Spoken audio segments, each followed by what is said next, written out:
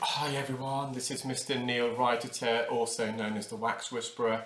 Thank you for tuning in to my latest video. My apologies that I've not uploaded many videos of the last fortnight. We've just been very busy at the clinic. We've recently taken on a new business operations manager for Clearwax, so I've just been very busy getting our new member of staff settled in, doing her induction, and you may have heard that the UK, well, not the UK, England more specifically, have gone back into a second lockdown as of last week. So um, despite that, we've been very busy. We had a lot of clients booking in prior to the lockdown for obvious reasons, so they can get their ears treated in advance. So I do apologise. Hopefully, I'm still working quite closely alongside our new member of staff, just getting them all settled in, but hopefully I'll have a bit more time in the next few weeks to catch up and upload a lot more videos. So we have a client here who attended last week, bilateral occluding earwax. The ear canals, or entrances at least, in both eyes were very narrow and very slit. So getting access into the ear was a bit difficult. This is the patient's left ear. You can see that we're just at the entrance, and you know we're at the entrance because you can see all the hairs, all the cilia. The hair follicles in the ear canal are in the outer third of the ear canal, the cartilaginous portion of the ear canal. And with this patient, we have to kind of almost stretch your ear canal open, almost like a crowbar. So you'll see me lifting the ear canal entrance up there with the Horne suction probe, which widens the ear canal and then allows me to insert the eye clear scope. The wax that's very lateral, so near the entrance, it's quite glutinous, quite sticky. So just trying to, and it's a few skin adhesions there, so we've just got a suction grip and I'm just wriggling it through because the entrance is quite narrow. When you're removing wax from a narrow ear canal entrance, you do have to wriggle quite a lot really to tease that and manipulate that wax out. So it's just on its way out there. A little piece got cut off from this larger piece because of the narrow entrance.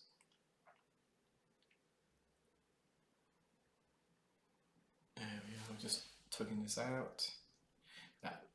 With this type of wax as well, it can quite often block the suction probe because it is quite sticky, so there's a big piece of wax there. So she's got some sticky wax anteriorly, so on the left hand side, the front of the ear canal near the entrance, but we're just going to go for this very deep impacted wax that's very medial, so closer to the eardrum. Well, I've gone back for the sticky wax anteriorly near the entrance, possibly just to clear the way actually for this bigger piece to come out. So you can see this wax has quite obviously been in the ear canal a lot longer than the earlier wax that I removed. You can tell that by the colour. This wax is a lot darker, it's oxidised, so the longer the earwax is in the ear canal, it oxidises. Always compare it to an apple or an avocado. As you cut through an apple or an avocado, it turns black after a few minutes. That's because the oxygen reacts and it oxidises it and it changes colour, similar with earwax. So I brought this medial large lump of wax near the entrance, and it is a large piece of wax, and as I mentioned, the client's ear canal entrance is a bit narrow and slit, so we're stuck at the entrance now, but there's a bit of a gap there, so I think I'm just initially using an ear hook to try to get in behind the wax. I think the ear hook just sliced through it, so I'm going to then use a Jobson horn. There we are, just getting in behind the wax, pulling this through. It's a very large piece of wax, and I think I'm going to get all of it in one large piece. So there's the patient's tympanic membrane, slightly opaque, slightly retracted to the eardrum, is slightly pulled inwards, buckled into the middle ear. And that's typically due to eustachian tube dysfunction. You can compare it to when you're on an aircraft, on an aeroplane. As you descend on the aeroplane, the air pressure in the cabin is a lot greater than the pressure behind your eardrum. So the eardrum gets sucked in and you feel blocked, and you normally close your mouth, pinch your nose and blow.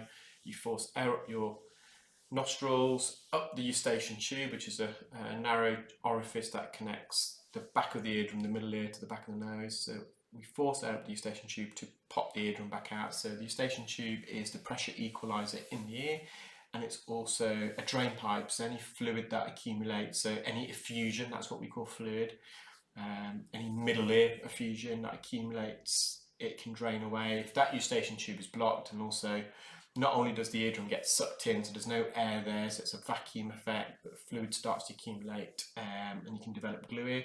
So just on the right side, you can see again how narrow and slit the entrance is. So just gone in with the Zollner suction probe initially. Again, the wax is quite glutinous, but you can see it. Just like the first ear, the left ear, you know we're at the entrance because you can see all the cilia, all the hairs at the entrance, and it's a very tight squeeze there, just even to get access. So I've just gone in with the eye clear scope, and I'm kind of stretching the ear to the left and widening it. I'm using the eye clear scope as a crowbar almost to widen this ear so we can get this wax out.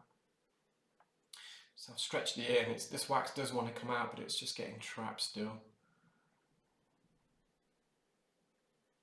I think I'm going to use the Jobson horn. Don't worry guys, that Jobson horn was used in the left ear first, so it's not between patients, between ears. We're okay to use the same instruments between the patient's ears, just as long as they don't have an infection in one ear, or the first ear.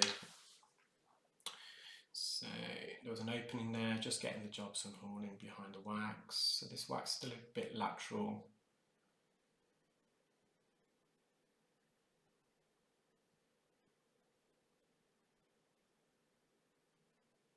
So again, just stretching the ear open, just slowly inserting the Jobson horn into the opening at the roof of the ear canal and bringing it forwards, gently scooping the wax out. We're going to be very careful we don't make contact with the floor of the ear canal, the base of the ear canal, because that can be a bit uncomfortable, and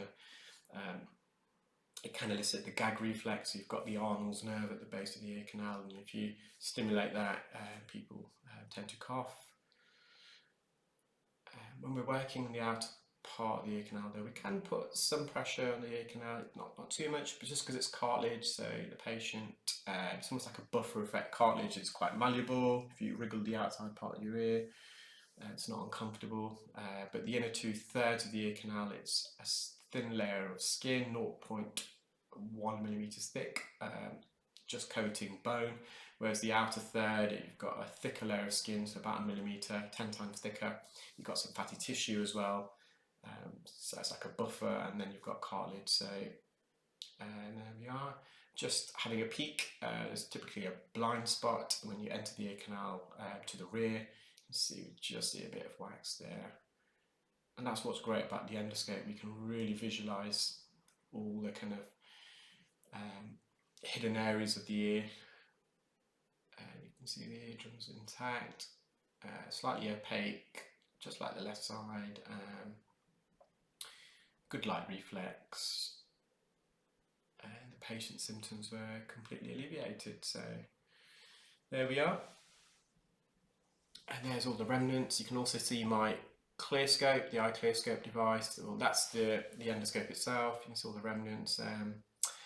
Thank you for tuning into that video, guys. If you're watching on YouTube for the first time, feel free to subscribe, select the bell icon so you'll get notified as and when I upload new videos. Similarly on Facebook, feel free to like, share the page, comment on the video.